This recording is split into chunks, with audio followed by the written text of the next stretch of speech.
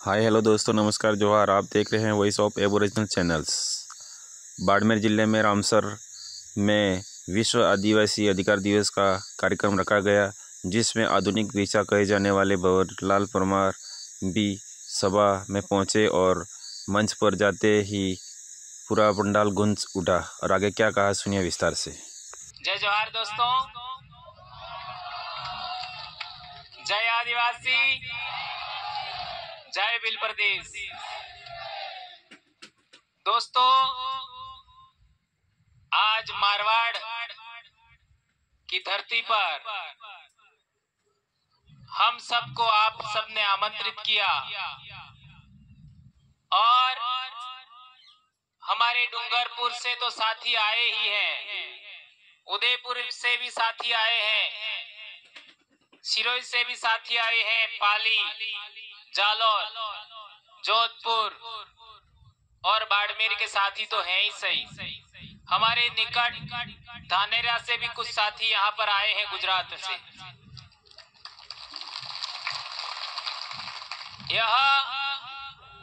यहाँ पर आने के लिए किसी ने पैसा नहीं दिया, स्वेच्छा से आते हैं, स्व प्रेरणा से आते हैं। यह एक अदृश्य चैन सी बनती जा रही है, अदृश्य भावना बनती जा रही है कि हम जिधर भी जाते हैं उधर लोगों का पैर अपने आप चल पड़ते हैं। ये कौन सा भाव है?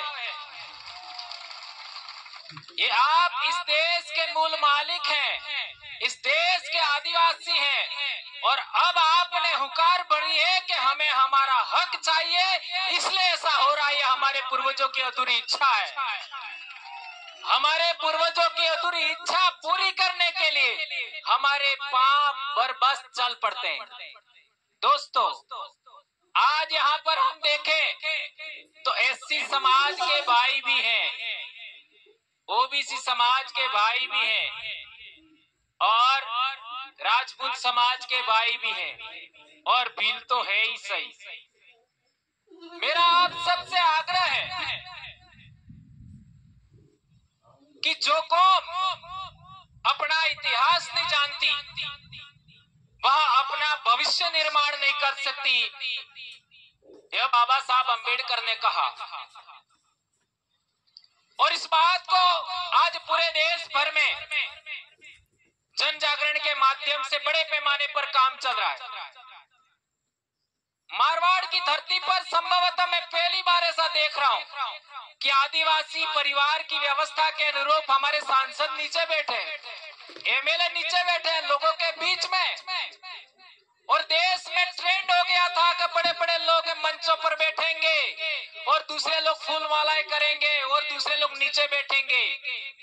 लोकतंत्र में प्रजा के पास शक्ति होती है और प्रजा का प्रतिनिधि प्रजा के बीच में ही बैठना चाहिए।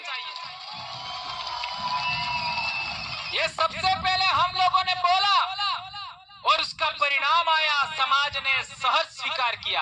आज हमारे मंचों पर हमारे बाप दादे बैठते हैं, हमारे बाप दादे जिनका खून हमारे अंदर मौजूद है, जिन्होंने इतिहास रच के गए हैं, जिन्होंने हमारे स्वाभिमान गर्व गौरव का एक इतिहास रचा है, उन आदर्श पुरुषों का स्थान हमारे से थोड़ा सा ऊपर होना चाहिए।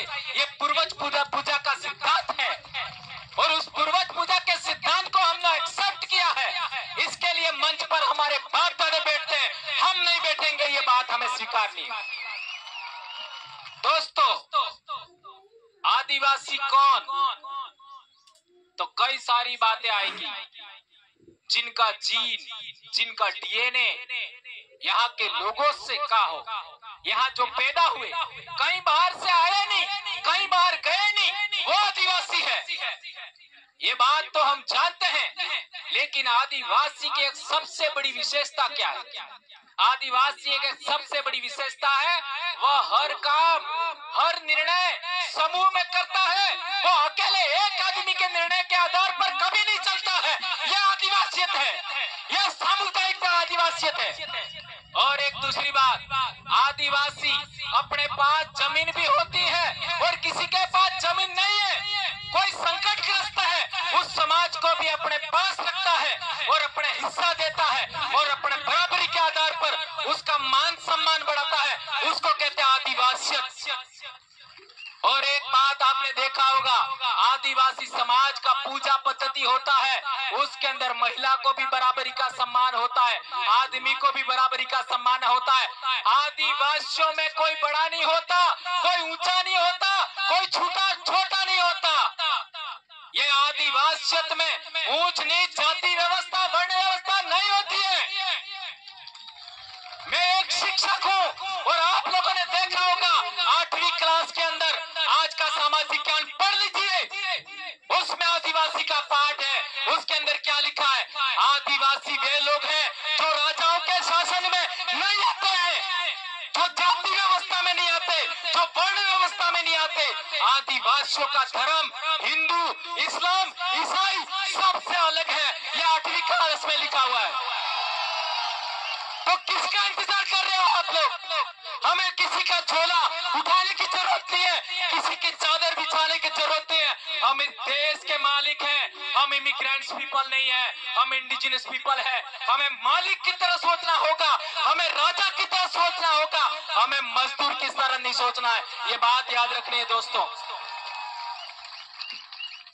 एक बात,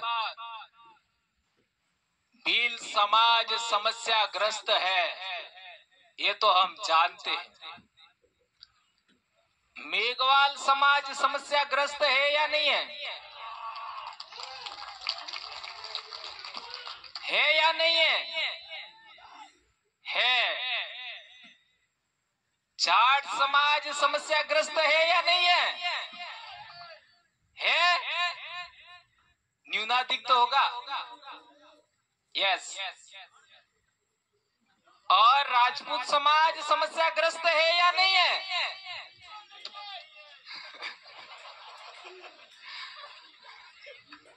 चलो आपने ऐसा कहा, उसको मैं मान लेता हूं। एक पॉइंट के लिए सिंगल, भील समाज व्यापार कर पाता है कि नहीं कर पाता है? नहीं कर पाता। और राजपूत समाज व्यापार कर पाता है या नहीं कर पाता है? क्यों नहीं कर पाता है? ये सिमिलरिटी क्यों है? मेरे को पढ़ाने वाले टीचर, वो भी चौहान थे मेरे गांव के, उनको मैंने सवाल पूछा। क्या सवाल पूछा? वो भी जिंदा है। पार्टी साहब आपका आमंत्रण है, वहां आकर के उनको पूछ सकते हो, क्योंकि आप ही बैठे हुए मेरे सामने सुन रहे हैं। वो मेरे स्कूल में आए, यार भंवरजीत आप लोग आदिवासी के बारे में बहुत बोलते हैं, तू तो मेरा बच्चा है यार, मैंने पढ़ाया तेरे को। तो मैंने सर से सवाल किया, 2 सवाल दूसरे हैं लेकिन वो नहीं बताऊंगा मैं, जल्दबाजी होगा। एक सवाल जो मैंने उनको पूछा, वही पूछा कि हमारा समाज व्यापार नहीं कर पाता है और आपका समाज भी व्यापार क्यों नहीं कर पाता है, उसका जवाब दीजिए। मैं स्टूडेंट था, वो शिष्य, वो गुरु थे। उन्होंने काफी सोचा समझा और उन्होंने क्या कहा वो भी अभी मैं नहीं बताऊंगा, है ना। लेकिन एक बात आपके सामने फिर रख के जा रहा हूं कि 6वीं शताब्दी में हमारा क्या सह संबंध है, ये देखिए। फिर हम लोगों को बात करनी चाहिए। बेशक मारवाड़ की धरती पर इंद्र मेघवाल की बात आई है और वो शायद जितेंद्र जी मेघवाल की बात आई है, कार्तिक भील की बात आई है, हमारे उदयपुर में पूजा भील की बात आई है। हम बेशक जानते हैं, लेकिन हम लोगों को समस्या को समझना है। मैं इतिहास का स्टूडेंट हूं और मेरी जिंदगी मैंने इतिहास के पीछे लगाई है। तो मैं कहना चाहता हूं, इतिहास समझिए और इतिहास के आधार पर मैं ये भी स्वीकारता हूं, मानता हूं कि राजपूत समाज भी समस्याग्रस्त है। भले आप लोग समझ लीजिए, कोई दिक्कत नहीं है। यदि राजपूत समाज समस्याग्रस्त नहीं होता तो गुजरात में शेखावत जी का पगड़ी क्यों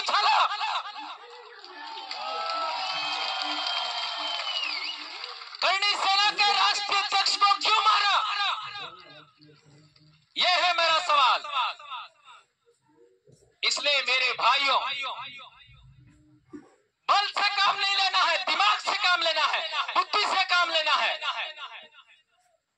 हमारी सोच विज्ञान सम्मत होनी चाहिए, हमारी सोच लोकतंत्र सम्मत होनी चाहिए, हमारी सोच संविधान सम्मत होनी चाहिए, और हमारी सोच प्रकृति सम्मत होनी चाहिए, हमारी सोच मानवतावादी भी होनी चाहिए।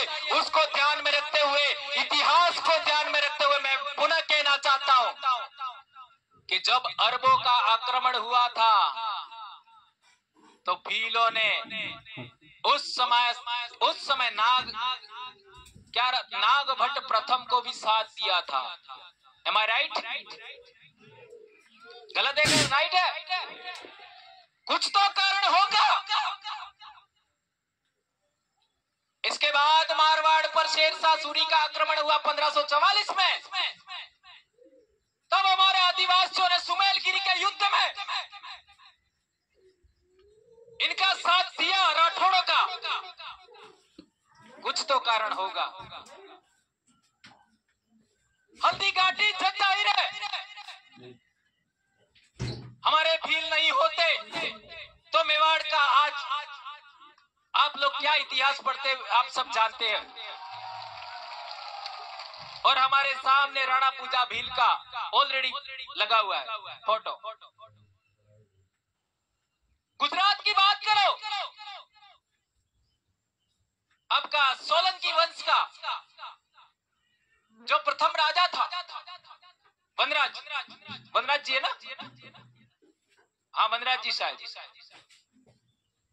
उनका पिताजी का मृत्यु के बाद भीलों के बीच में लालन पालन होता है, और इसके बाद आपका ये पाटन, वहां का राज सिंहासन, वहां का राज स्थापित करने में योगदान है।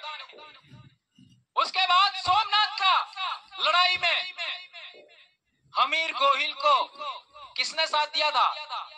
वेगड़ा भील ने। वेगड़ा भील की सेना पहले मरी, इसके बाद हमीर मरा।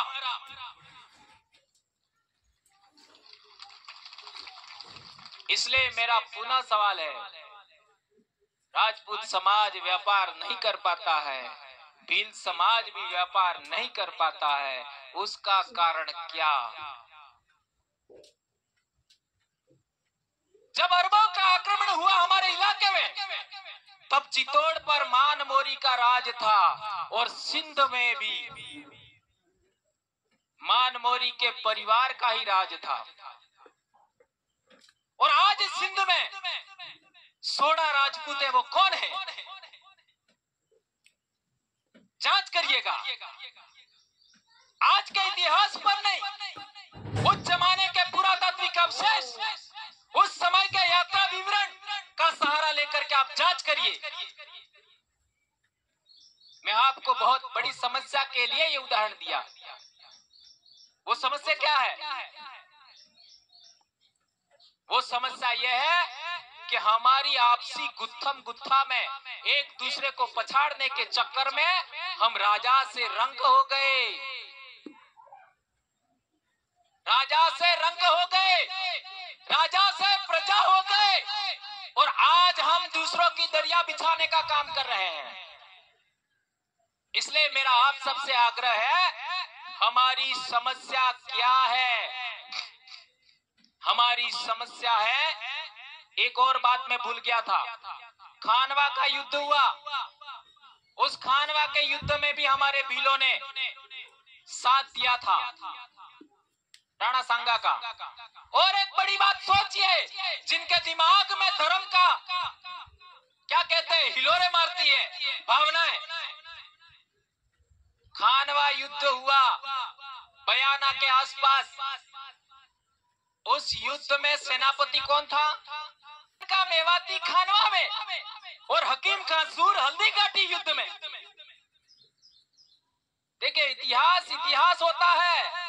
इतिहास पुरुष देश की माटी का होता है, देश का होता है, वो किसी समाज का नहीं होता।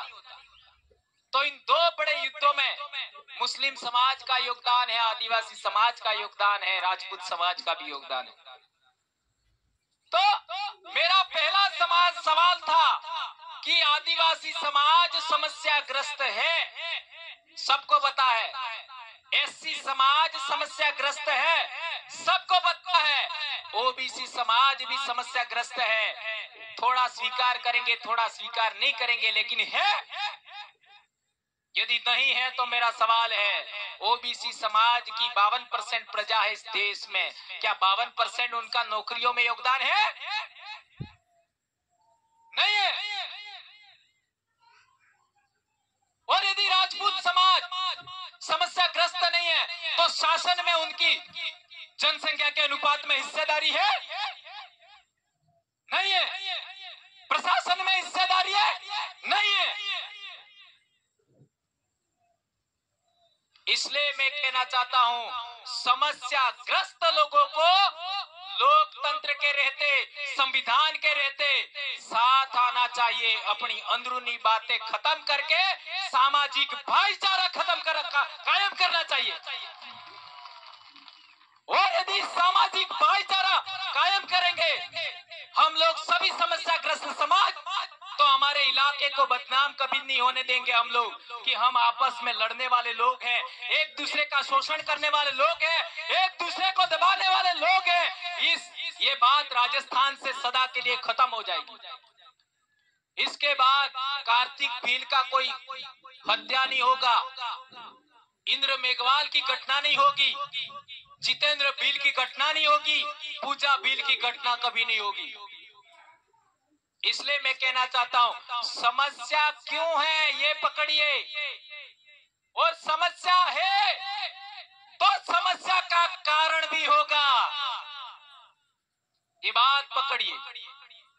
समस्या है तो समस्या का कारण है। अब सवाल पैदा होता है कि समस्या का कारण क्या है। जब समस्या का कारण पता लगाओगे तो समस्या का समाधान होगा। अब मेरा सवाल है कि तुम लोगों को आज तक जमीन का पट्टा नहीं मिला, उस समस्या का कारण क्या है? तुम्हारे लोगों का आज तक जमीन राजस्थान टेनेंसी एक्ट में 8 लोगों का प्रावधान होने के बावजूद आप लोगों की जमीन दूसरे लोगों ने छीन ली, या आपने धार्मिक क्रियाक्रम के माध्यम से आपकी जमीन बेच दी। कौन सा प्रावधान कहता है कि आदिवासी की जमीन दूसरे लोग खरीद सकते हैं? क्या है कोई प्रावधान? ऐसा कोई प्रावधान है क्या आदिवासी की जमीन कोई खरीद सकता है? नहीं है प्रावधान। इसका मतलब इलीगल हुआ। हमारे इलाके में भी आदिवासियों की जमीन नहीं खरीदी जा सकती, इसके बावजूद लोग खरीद रहे हैं। तो समस्या का कारण यह है कि तुम्हारी आवाज राज में नहीं है। जो राजा होता है वो निर्णय लेने काबिल होता है, राजा होता है वो निर्णय लेता है। आपका समाज निर्णय नहीं ले पा रहा है, इसलिए समस्या है। क्या ये बात आप स्वीकार करते हैं? कौन कौन स्वीकार करता है? हाथ ऊंचा करो जरा। बहुत बड़ी बात। तो आपको निर्णय लेने लायक बनना है। तो पहला, यदि आप मानते हो तो मैं जो कह रहा हूं उसको आप समर्थन दे सकते हैं, नहीं भी दे सकते, आपको समझ में आए तो ही देना, ठीक है? आदिवासी समाज की जमीन का रक्षण करने का आश्वासन दे, उसी को ही ठप्पा लगाना चाहिए। क्या ऐसा होना चाहिए? है? समझ में आया कि नहीं? आदिवासियों की जमीन का रक्षण करने का आश्वासन दे, और वो किस पर देना चाहिए? है? कागज पर के मुंह जबानी? कम से कम स्टाम्प पेपर तो होना ही चाहिए, होना चाहिए। इस तरीके की बात रखनी होगी आपको। हमने हमारे इलाके में ऐसा ही बातें रखी थी सबसे पहले, आदिवासियों का रक्षण सबसे पहले, और वो भी यह आश्वासन हमको राजनेताओं से चाहिए, क्योंकि शासन में वो बैठते हैं। दूसरी बात, आदिवासियों की एट्रोसिटी होती है तो वो नेता वहां खड़ा रहना चाहिए हमारे पक्ष में। ऐसा होना चाहिए कि नहीं होना चाहिए? हमारे इलाके में भी नहीं होता है, लेकिन अब धीरे धीरे फिजा बदलने लगी है। तो यदि ये बात, ये दूसरी बात भी आप स्वीकार करोगे तो आपके इलाके में भी ये बात होगी। तीसरी महत्वपूर्ण बात जिसको लेकर आज मीटिंग है, मैं ऐसा कहना चाहता हूं कि इस इलाके में ही भिल समाज का दिक्कत नहीं है। जो हमारे चंबल और बनास नदी की घाटी है, उस इलाके में भी आदिवासी लोग परेशान हैं। अजमेर भीलवाड़ा के आसपास भी लोग परेशान हैं, उनका भी ऐसी तरीके की मांग है। तो महाराष्ट्र का उदाहरण देता हूं मैं। आप लोग औरंगाबाद चले जाओ, जालना चले जाओ, बीड चले जाओ, यवतमाल चले जाओ, जलगांव चले जाओ, अहमदनगर चले जाओ, पुणे चले जाओ, महाराष्ट्र की बात कर रहा हूं। वहां 25 किलोमीटर इधर, 25 किलोमीटर इधर, 25 इधर, 25 इधर, कहीं पर भी शेड्यूल्ड एरिया नहीं है, यानी 5वीं अनुसूची का इलाका नहीं है। लेकिन यहाँ बीच में आदिवासी बाहुल्य गांव है, तो वो 5वीं अनुसूची के तहत नोटिफाइड है, वो शेड्यूल्ड एरिया है। यदि इसी तरीके का राजस्थान में हो जाए तो कितना इलाका शेड्यूल्ड एरिया हो जाएगा? समझ में आया कि नहीं आया? जो आदिवासी गांव जिसमें 100% आदिवासी लोग रहते हैं, नंबर 1, और दूसरा 50% से ज्यादा आदिवासी लोग जिस गांव में रहते हैं, उसको राजस्व गांव बना करके शेड्यूल एरिया में शामिल कर दिया जाए तो यह आरक्षण की समस्या सदा के लिए समाप्त हो जाएगी पूरे राजस्थान में। क्या करना है? जो भी आदिवासियों की बस्तियां हैं उनको राजस्व गांव पहले घोषित किया जाए और इसके बाद उसको शेड्यूल एरिया में शामिल किया जाए, तो हम और आप एक हो जाएंगे। हमारे इलाके में जो लाभ मिलता है वही आपके इलाके में लाभ मिलेगा। और आज यदि 45% हमको आरक्षण मिलता है, वो संख्या बढ़ जाएगी। जितनी संख्या बढ़ेगी आरक्षण भी बढ़ जाएगा, तो सबकी रक्षा हो जाएगी। आज हमारे इलाके में देख लीजिए, डॉक्टर बन रहे हैं, इंजीनियर बन रहे हैं, अब IAS भी बनने लगे। ये शेड्यूल एरिया का लाभ हमको पिछले 30-40 साल में नहीं मिला होता तो आज का पीढ़ी आगे नहीं बढ़ती। इसलिए मेरा आग्रह है कि हमारे जितने भी जनप्रतिनिधि बुद्धिजीवी साथी हैं, सबसे आग्रह है पूरे राजस्थान में सिंगल पॉइंट का डिमांड होनी चाहिए। सिंगल पॉइंट क्या? जो आदिवासी बस्ती है उसको रेवेन्यू विलेज, राजस्व गांव बनाया जाए, नंबर 1, और उस राजस्व गांव को अनुसूचित क्षेत्र घोषित किया जाए। ये आपका मांग करिए, इसके बाद कितना जल्दी बदलाव होता आप देख सकते हो।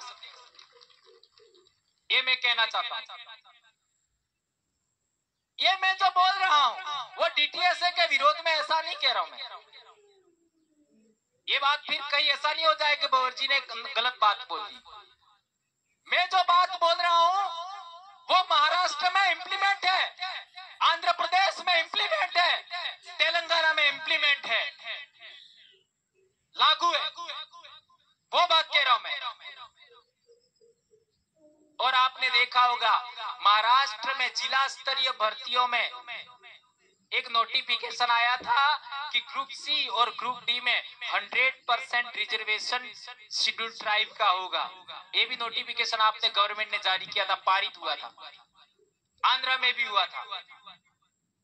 इसलिए अनुच्छेद 244(1) के अधिकारों का प्रावधानों पर हम लोग थोड़ा सा अध्ययन करें और उसके अकॉर्डिंग हम लोगों को ये डिमांड जो मैंने बताई इस तरीके करते हैं तो हमें एक बड़ी सफलता मिल सकती है, ऐसा मुझे लगता है। और हम लोग सभी एक हो जाएंगे पूरे राजस्थान। एक बड़ी बात, जब सभी लोग समस्याग्रस्त हैं और सभी समस्याग्रस्त लोग एक जगह इकट्ठा होते हैं और साथ साथ बैठते हैं तो एक बड़ी बात आती है। क्या बात आती है? कोई 5% समस्याग्रस्त है, कोई 10% समस्याग्रस्त है, कोई 50% समस्याग्रस्त है और कोई 80% समस्याग्रस्त है। ये स्तरीकरण है। ये बात समझिए। इसको ऐसा कह सकता है राजपूत समाज 5% समस्याग्रस्त है, अभी उदाहरण के आधार पर। ओबीसी समाज 10% समस्याग्रस्त है और मेघवाल समाज 50% समस्याग्रस्त है और आदिवासी 80% समस्याग्रस्त है। लेकिन है तो समस्याग्रस्त। तो जब समस्याग्रस्त है तो हमें साथ बैठना चाहिए और देश का हुक्मरान बनना चाहिए। नहीं समझ में आया? और देश का हुक्मरान बनने के बाद हमारी सभी समस्याओं का एक झटके में समाधान करना चाहिए। संभव है। आप निर्णय लेने काबिल बनिए। यदि आप निर्णय लेने काबिल बनते हैं तो आपकी समस्याओं का सदा के लिए अंत हो जाएगा, ऐसा मुझे लगता है। आज हम लोग राजस्थान से बाहर दूसरे राज्यों में भी जन जागरण कर रहे हैं, कई समाजों का अलग अलग। आप लोगों ने मानगढ़ का कार्यक्रम देखा होगा, कितने लोग आते हैं मानगढ़ पर। हमने सिख समाज के लोगों को भी बुलवाया, जाट समाज के लोगों को बुलवाया, गुर्जर समाज के लोगों को बुलवाया। इस साल राजपूत समाज का भाई भी आया, हमने बुलाया नहीं, पहली बार आया और वो भी बोला। मुस्लिम समाज के लोग भी बोले। ये सामाजिक भाईचारा धीरे धीरे कायम हो रहा है। इसका मतलब यह नहीं है हमारे अंदर छुआछूत का, हमारे अंदर शोषण का, हमारे अंदर दमन का, हमारे अंदर आपका क्या कहते हैं एट्रोसिटी का स्तरीकरण खत्म हो गया है। स्तरीकरण खत्म नहीं हुआ है, लेकिन हम हमारा शोषण करने वाले, दमन करने वाले समाज को सदा के लिए दुश्मन मान के चलेंगे तो हमारा आपस में ही टकराव होगा, हमारी समस्याओं का अंत कभी नहीं होगा। इससे अच्छा है हम आपस में टकराने वाले लोग, समस्याग्रस्त लोग आपस में बैठ करके बातचीत करना चाहिए, ये मैं कहना चाहता हूँ। और बातचीत किस आधार पर? इसका इतिहास में आधार है जो मैंने बताया था। अरब आक्रमणों के समय नागभट्ट के टाइम में हम लोग साथ आए थे, सुमेरगिरी युद्ध के समय हम साथ आए थे, आपका खानवा युद्ध के समय हम साथ आए थे, हल्दी घाटी युद्ध के समय हम साथ आए थे, वनराज सोलंकी के टाइम हम साथ आए थे, सोमनाथ में हमीर गोहिल के भी साथ बेगड़ा बिल के रूप में हम साथ आए थे। कुछ तो वजह है और वो वजह किसी को जाननी है तो मेरे से बहस कर ले, मैं बता दूंगा। इसलिए मेरे भाइयों, आप सबसे मेरा आग्रह है कि हमारे आदिवासी समाज की एकता कायम होती रहनी चाहिए। और एक बड़ी बात मैं कहना चाहता हूं कि आज की तारीख में हमारे बीकानेर संभाग में जो नायक समाज है वो कौन है? भील है। देख लीजिए खाजा नायक, ये मध्य प्रदेश में नायक है, वो भील है। गुजरात में रूप सिंह भील और आपका परमेश्वर नायक, ये दोनों नायक लगाते हैं, रूप सिंह नायक, परमेश्वर नायक। और महाराष्ट्र में पिछले दिनों हम गए थे, है ना, तो वहां पर राघोजी आपका क्या नाम है, राघोजी भांगरे, और अभी हम लोग एक और मूर्ति का स्थापना वहां करके आए हैं, है ना, भागोजी नायक, यानी नायक बीकानेर से लगा करके महाराष्ट्र के अहमदनगर तक नायक नायक नायक आदिवासियों में मिलता है। तो राजस्थान में जो भील समाज का एक हिस्सा एससी समाज में चला गया नायक के रूप में, वो बीकाजी जो राठौड़ थे उसके जमाने से, तो उनको भी हमारे समाज के अंदर शामिल किया जाना चाहिए। Am I right? क्या इसका आप समर्थन करते हैं? तो मेरे कहने का मतलब ये है कि आपको समस्याएं समझने के लिए, समस्याओं का समाधान समझने के लिए इतिहास को आधार मानना होगा। मेरी सबसे बड़ी ताकत है इतिहास, और इतिहास की वजह से इतने लोगों को हम जोड़ने में कामयाब हुए हैं। इतिहास की कड़ियों को हमें समझना पड़ेगा। और मैं कहना चाहता हूं कि 6ठी शताब्दी में हमारे पूर्वज राजा थे, वो कौन से धर्म को मानते थे, ये आज से रिसर्च करना।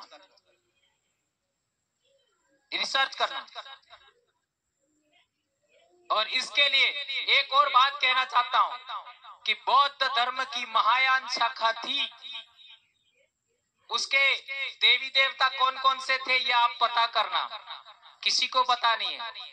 उनके धर्म ग्रंथ कौन कौन से थे ये पता करना, किसी को पता नहीं है। यहाँ बैठे हुए किसी भी आदमी को ये पता नहीं है। बोलो, ये पढ़िए और सच्चाई जानिए। जैसा नक्ताराम जी ने कहा था, हमें नास्तिक नहीं बनना है, हमें आस्तिक नहीं बनना है, हमें वास्तविक बनना है। इसी तरीके से हमें वास्तविक इतिहास जानना है, काल्पनिक इतिहास नहीं मानना है। पुरातत्व के आधार पर प्रमाणित वास्तविक इतिहास को हमें स्वीकार करना है। ये बात हमें समझना पड़ेगा। इसलिए दोस्तों, आप सबने मेरी बातें सुनी, कितनी बातें आपको समझ में आई मुझे नहीं पता, लेकिन आप मेरी बातों को समझेंगे ऐसी मैं आशा अपेक्षा करता हूं।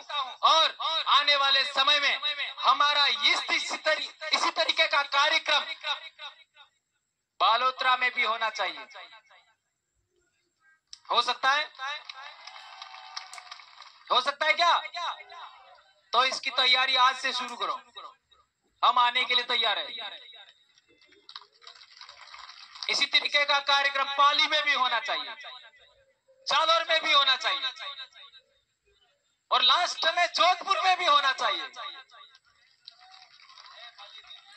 ये कह रहे कल ही कार्यक्रम है। जैसलमेर में भी होना चाहिए।